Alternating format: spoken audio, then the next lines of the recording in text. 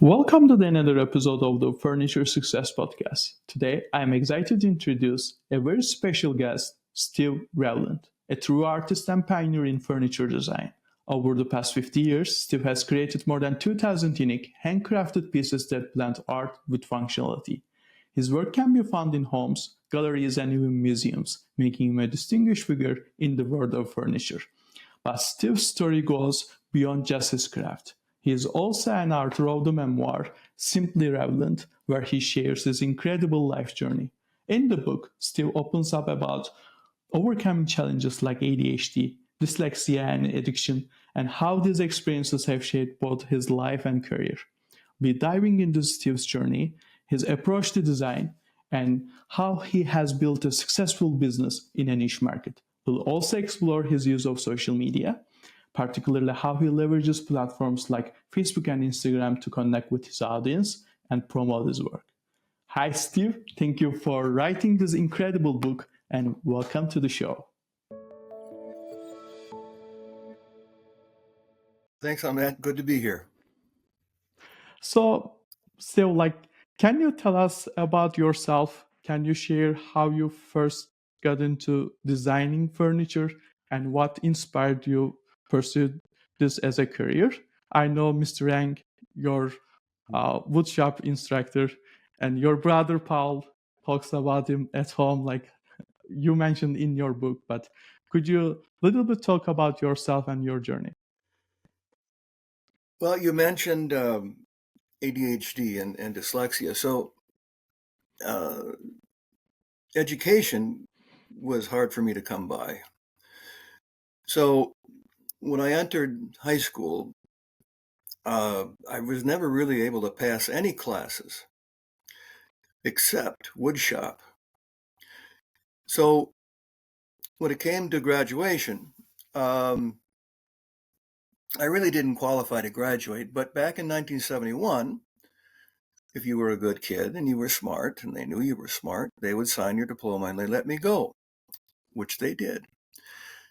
So in 1971, the summer of 1971, I started planning what I was going to do with the rest of my life.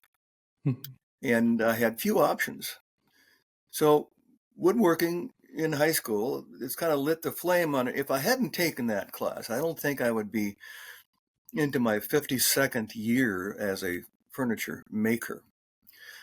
So gradually throughout the 70s, I nurtured my craft. And early on, my design ability was not really up to snuff. But I was learning joinery techniques and things like that.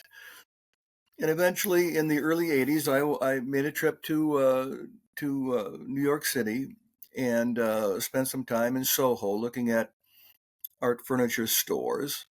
Came back to Fargo with a whole new outlook on design. And early on in the 80s, I was doing a lot of Art Deco type pieces, but then I really morphed into more Scandinavian modern design, which I've been in that niche ever since. So 52 years have passed. I'm 71 years old, and like my wife says, 71 going on 18. And, artists, we age chronologically, but we remain children forever. So I'm blessed to be an artist. I'm blessed Mhm. that I've created over 2,000 tables and chairs over the last 52 years, and I'm looking forward to doing this until I tip over. So let's carry on. My 70s into my 80s, and maybe at the age of 90, I'll take up golf. Mhm. So, you've been designing for over 50 years, and Yeah. how has your approach to furniture design evolved over the decades? Well, I think influence might have something to do with it too. So, Frank Lloyd Wright, um, and a number of other furniture designers influenced me early on, because you never be afraid to let Mhm. others influence you. And with the right side of my brain being wired creativity with creativity, it was just like taking a snowball at the top of a hill and rolling it down the hill. And by the time you get to the bottom of the hill, it's a large uh, ball of snow. And that's kind of how it's worked for me. It's just been a gradual process Mm-hmm. of design this, design that, and then all of a sudden you've done over 2,000 pieces. I'm a one-man show. I've never had employees.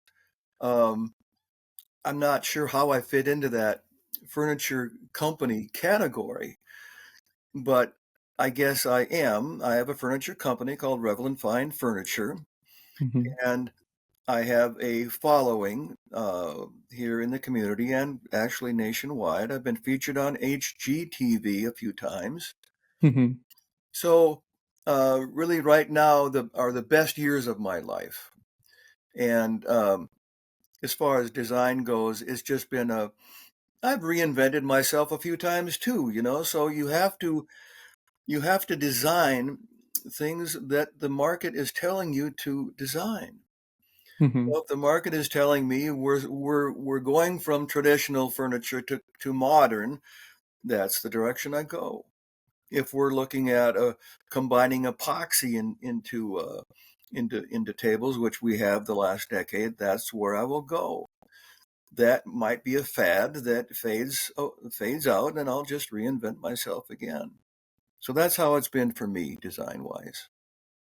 Mm-hmm.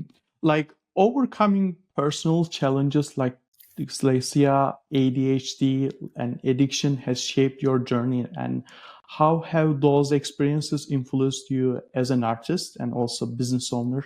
Like, Right. Well, with ADHD and dyslexia, I've never read a book, mm-hmm. and I'm 71, so I've never read a book in my life. I haven't read my book, and I've sold over 20,000 copies of that book um, as a self-help book.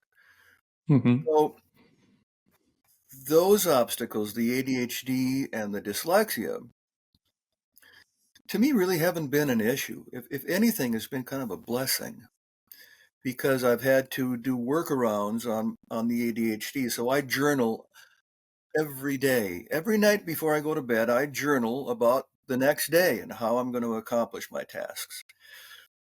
Now, that has served me well, and it helped me in writing my autobiography. Addiction, on the other hand, is a different story. So 33 years sober. So in 1991, mm-hmm. by that time, I was almost 20 years into my career, living month to month because of my addiction. So once I sought help, uh, Mm-hmm. the last 33 years is when my career really took off. I continued to journal because I still needed to do that, but at least I wasn't abusing myself. And that journey, that life journey, uh, well, it saved my life. And now at Mm-hmm. 71, I feel like I'm in the middle of my career Mm-hmm. when most of my friends have retired. It's So correct. Yeah. I'm enjoying it immensely. Mm-hmm. So you mentioned in your book that you are self-taught, and what advice would you give to inspiring artists and furniture makers who are looking to carry out their own path? Yeah, that's a tough one. I remember in the early 70s, I was also a musician. So I was a Mm-hmm. performing musician here in town in Fargo. Mm-hmm. And I went to my parents and I said, these are the two skills that I have. I can either be a musician or I can be a furniture maker. What do you think I should do? And they looked at me, they paused, and they looked at me and they said, well, neither sounds very promising. And so I had to make my decision based on their non-advice. So not everybody can just say, I'm going to be a furniture maker. It's just not that easy. There's so many things that can go wrong. Mhm. Depending on what part of the country you live in. If you live up here in North Dakota, where the extreme temperatures and humidity can affect the wood that you're working with, you can make stuff and then things can crack and warp. And those things did happen to me in the 70s. And then I learned from those experiences. So I also learned that you have to get wood at 7 to 10% moisture content. So it's got to be air dried for 2 years, kiln dried for 3 months, and then the wood is ready for me to craft. So, the 70s, there was no picnic. But gradually from that point on, I learned every day. I'm still learning. And my advice to anyone, I guess, get an education. uh, Okay. get an education in, say, in business or economics. Mhm. Start a furniture store, mattress store, whatever. But it helps to get that education on how to run a business, because I've been flying by the seat of my pants Mhm. 52 years, and it's taken me this long to really get a handle on it. So it's better to get a handle on it early on through that education that you get beyond high school. So I always encourage, and I mentor a lot of young people in this community, and I always encourage them to get a degree in college, because that will set you up expeditiously instead of just learning on your own. And I have learned on my own, and it's taken me this long. And now I'm 71. So be it.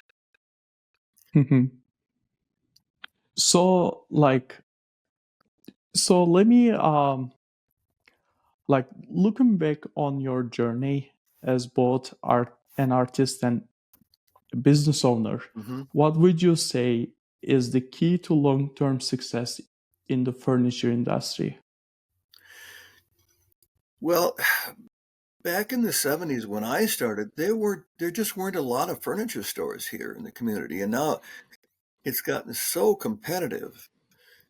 And then when the advent of the World Wide Web in 1995, then it just exploded with competition. So you better have a good idea about what the market is asking you to sell, because you're competing with hundreds, if not thousands, of other furniture stores. And hard work is probably the key. Hard work and just research, staying on Mhm. top of things. Um, but it is a tough business to make a go of today because of competition. And China, Japan, Mhm. Taiwan.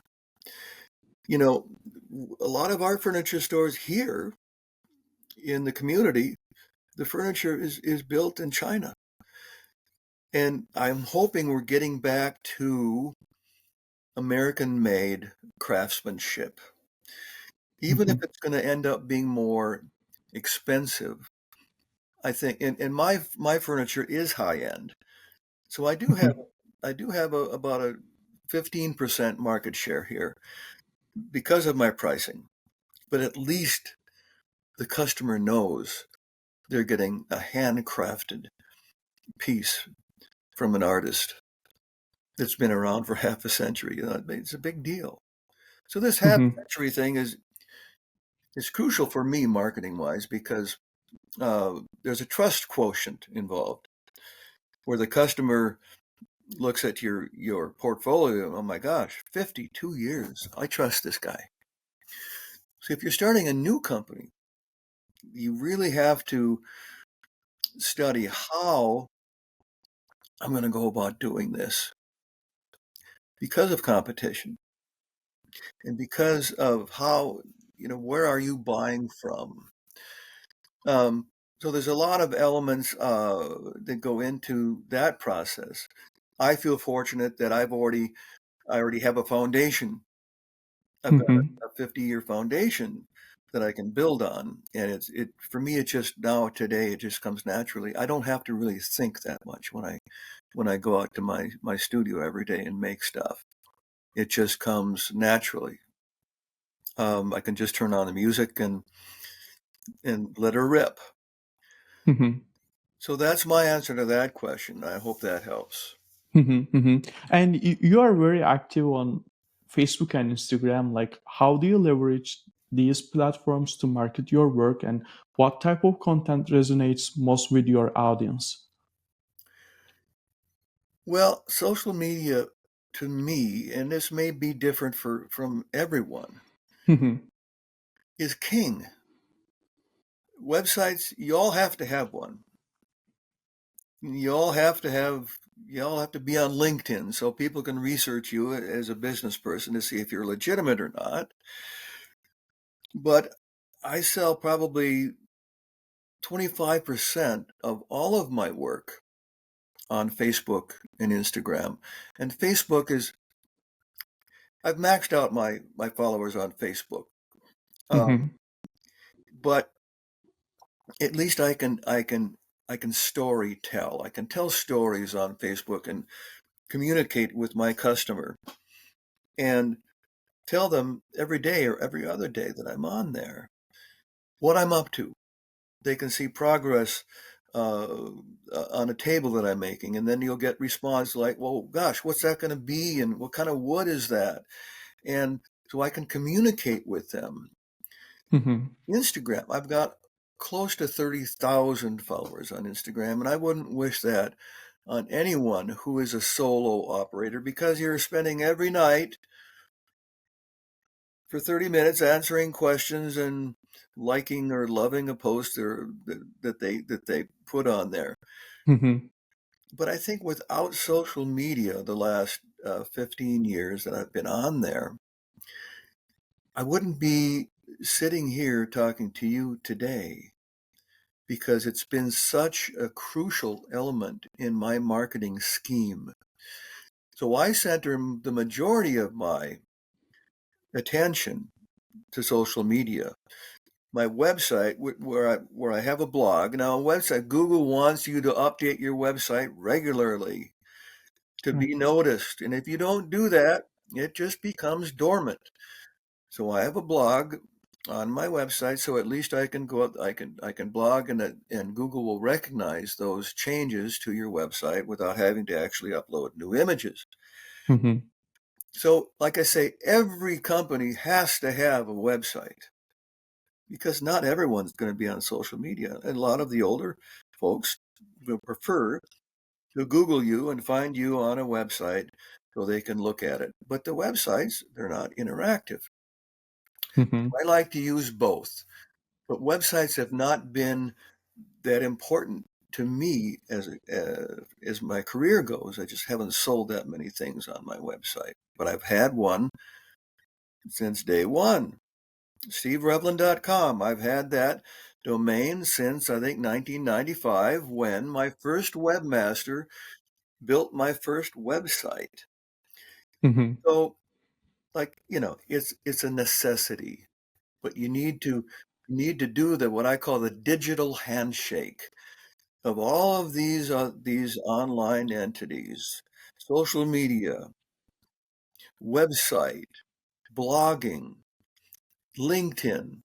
These are all things you have to link together Mm-hmm. attention. So that's what I've done, and it's worked really well for me. Mm-hmm. And how do you stay motivated? And what strategies have helped you to stay creative while managing the side of the things? And Yeah, like, you are answering questions every night, yeah. so it's tough. Like, how do you motivate yourself? Well, because I'm having so much fun. Wow. It's not it's not like work. I get paid to play. And most artists who are successful will say that. If you're a solo operator and you're not having to look over employees' shoulders, Mm-hmm. Sure, they're your clones, and you're making sure they are doing what you want them to do. I don't have that. I can go out into my shop, which is in my backyard. Mm-hmm. It takes me 3 seconds to get to work every day. And like I say, I get paid to play like a child in his sandbox.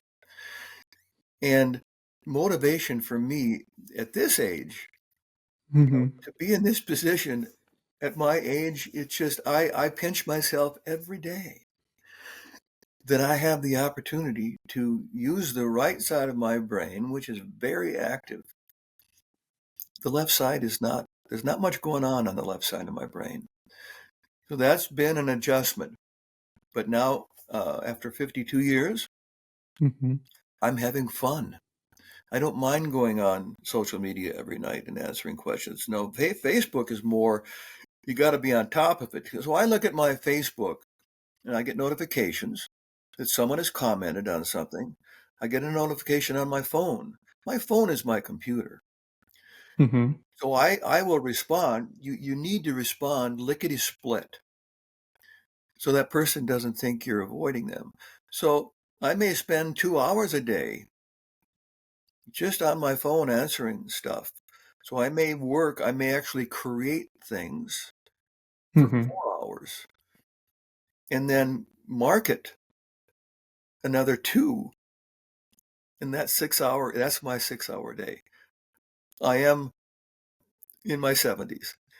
So I'm not an 8 hour a guy day anymore, so I try to work 4 hours. I can get a lot done in those 4 hours, but 2 of those hours or 2 additional hours are spent communicating with my fans. Got to do it. Mm-hmm. And like you said, like hardworking was the key, but on top of that, like you have pretty solid marketing. You know how to market your products and your business, Right. and you have a story, and you even wrote a book. You know, and you are a brand, to be honest, like as an artist, and people follow you, and they wonder, like when they see your post, they wonder what is next. You know. That's right. Yeah. That's right. Yeah. A brand, you can hire someone to build you a brand, Mm-hmm. but a true organic brand comes through time and success and longevity. So that brand for me probably came maybe 20 years ago. So it took some time for the name Revland to become a brand. Now, if my last name was Johnson or Anderson or Peterson or Olson, good Scandinavian names, Mm-hmm. it would be harder for me to get recognized on Google. My dad was an only son of an only son of an only son. So there are only a few Revlands in the country, or the world for that matter. So that Mm-hmm. has been a bonus, is having a unique Norwegian name that I can use as a brand name. Mm-hmm. I have to thank my ancestors for creating that name, because my great grandfather came from Norway with the last name of Knutsen, and he decided, new start, new country. I'm going to change my name to Revland, which means land of the foxes in Norwegian. Mm-hmm. That's how the name Revland originated. So again, being an only son of an only son of an only son, Mm-hmm. that really expedited the Google search for anyone that comes across my name and wants to see my work. Mm-hmm. In Revland, and up will come Yep. me. And you purchased your domain like 30, 40 years ago, Well, maybe? Like, when I had no idea what a domain was. So I had a friend, Roger, and he was decided, I'm going to build websites, and I'm going, what the heck is a website? So he said, well, you can market yourself on on the computer. And I'm going, well, what's a computer? So I actually had a website before I had a PC. Mhm. So he encouraged me to get a desktop PC, and of course they were, big hunks of meat sitting on Yep. your desktop.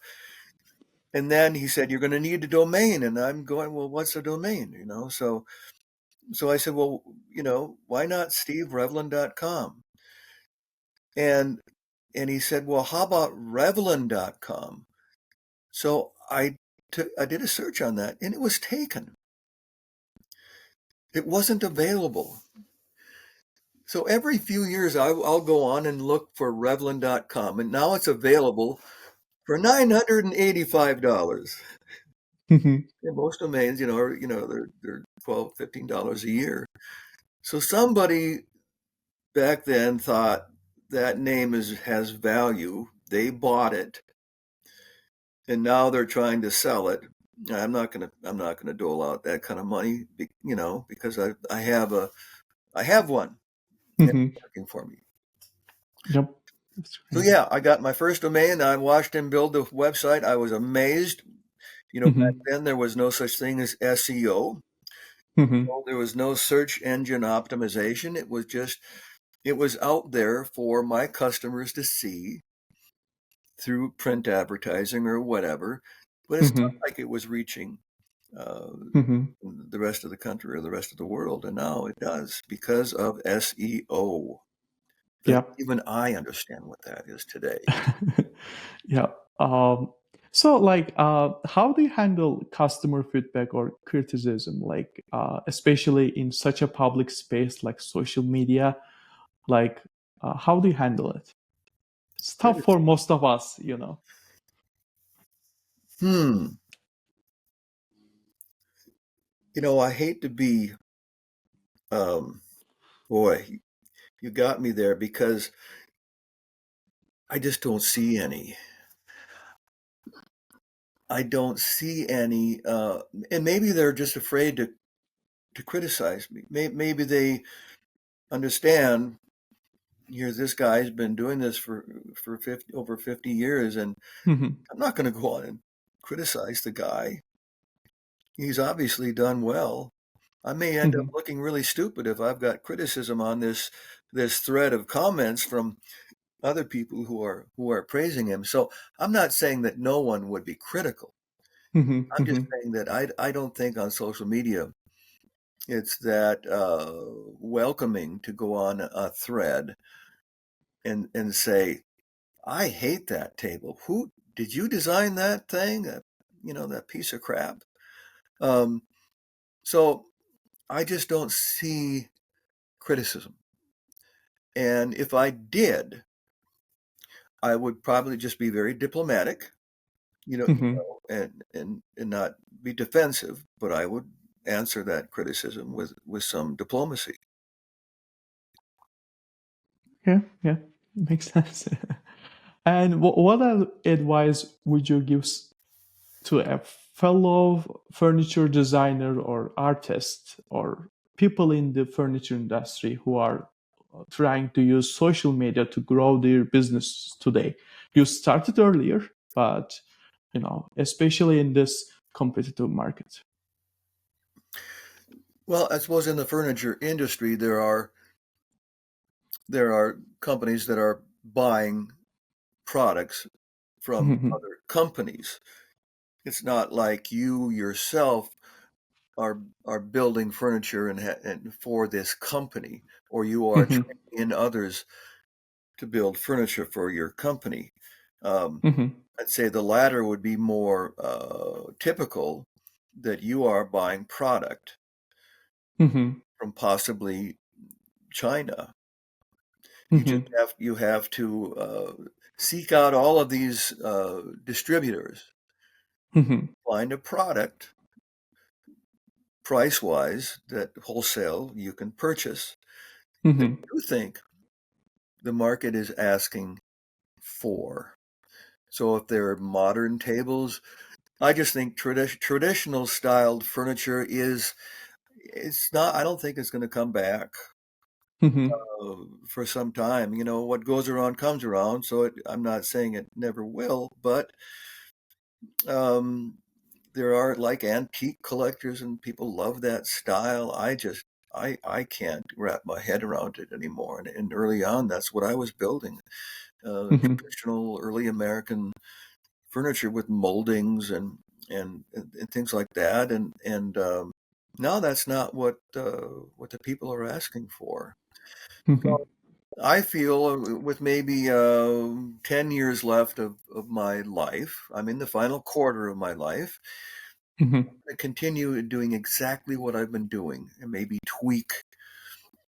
Again, I'll always pay attention to what the market's telling me to design. So I may do some tweaking, but I don't think Mm-hmm. I'll ever go back to making moldings and crown moldings and furniture bases and things like that anymore because it's just not, I don't see it coming back as a popular part of the market. People will always want it, but it's the percentages are just getting slimmer every year. Today it's modern, contemporary, sleek. And that would be my advice. I but maybe my advice is not good advice Mm-hmm. for someone Mm-hmm. starting a furniture company. I think maybe they could look at what I'm saying and it might influence their decision making some Mm-hmm. based on a half century of experience. But they need to decide on their own and through their own research what's going to work for me and Mm-hmm. look at your competition. And boy, it's a tough business. There is money to be made if done properly. Correct. Yeah. So they shouldn't copy paste, from other businesses, right? And they Right, have to find unique ways to right. promote their products, right? Yeah. Correct. And it's nice to have a story behind your brand, whether it's a family history or something that sets you aside from Mm-hmm. everyone else. You need a Mm-hmm. personal story about you, your family, your experience. If there's no story, no personality, if there's no personality behind your company, good luck with that because there has to be personality. There has to be, in my case, a bit of self-deprecating humor in how you're presenting yourself. They want you to be humble. I try my best to be humble. Sometimes my wife Mm-hmm. reminds me you're not humble enough, but so yes, no copy and pasting. You have to create a unique niche for yourself, Mm-hmm. company. I see. Yeah. Great advice. And if people want to reach out to you, like how they can reach out to you, Steve? Like, Well, uh, they can follow me on Facebook at my business site, Steve Revland Designer Builder, mhm, um, or they can email me through my website, steverevland.com. There's an email button there. I welcome anyone who wants to email me and pick my brain. mhm, Social media would be more immediate, but I try to get back to anyone who emails me from my website within 24 hours. So I won't avoid anyone. I won't avoid criticism.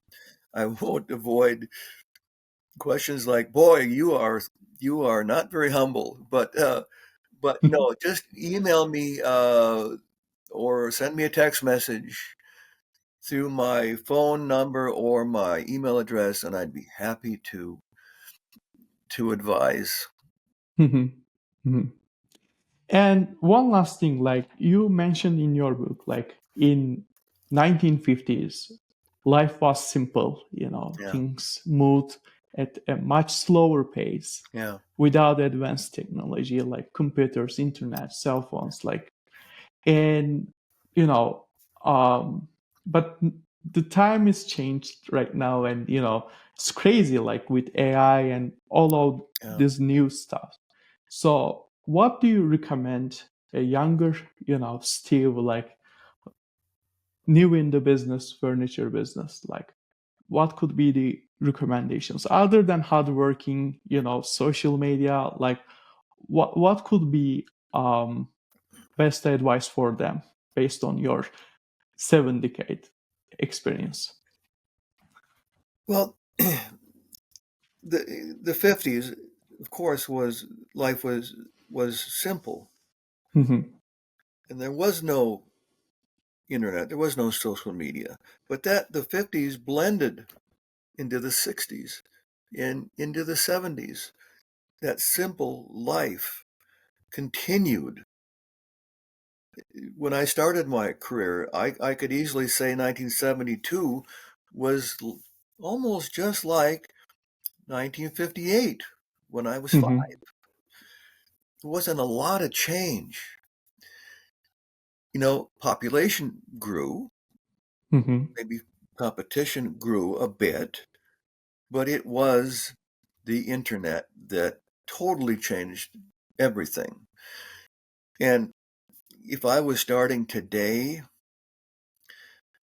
as a 23-year-old, which I was a couple of years actually into my career at that age, boy, Hmm. I'd have to take a really serious look. So I think I was fortunate that I laid my foundation early on, Hmm. before the internet and before social media. So having 20 years under my belt when the internet and social media came out, I had a foundation to build on. So I don't know really how to advise someone today as Hmm. a young person, other than getting an education first, um, Hmm. on how to start. You know, Small businesses are what make the world go round. We need people to we need creative people to start small businesses and employ some folks. I was not capable mentally of employing people. I was prepared mentally to create and design and build and influence. So I don't know if I'd be a poster child for advising a young person today on how to start a business, other than number one, getting an education, number two, starting a business after at least 6 months to a year of research, and then Hmm. create a personality for that business so that brand comes sooner than later. Hmm. Hmm. Yeah, great advice. Thank you so much, Steve, for your time. And Well, this was fun. mm, This was fun. Let's do it again sometime. yep. Thank you All so right. much, Steve. Thank you. Thank you. Bye. Bye.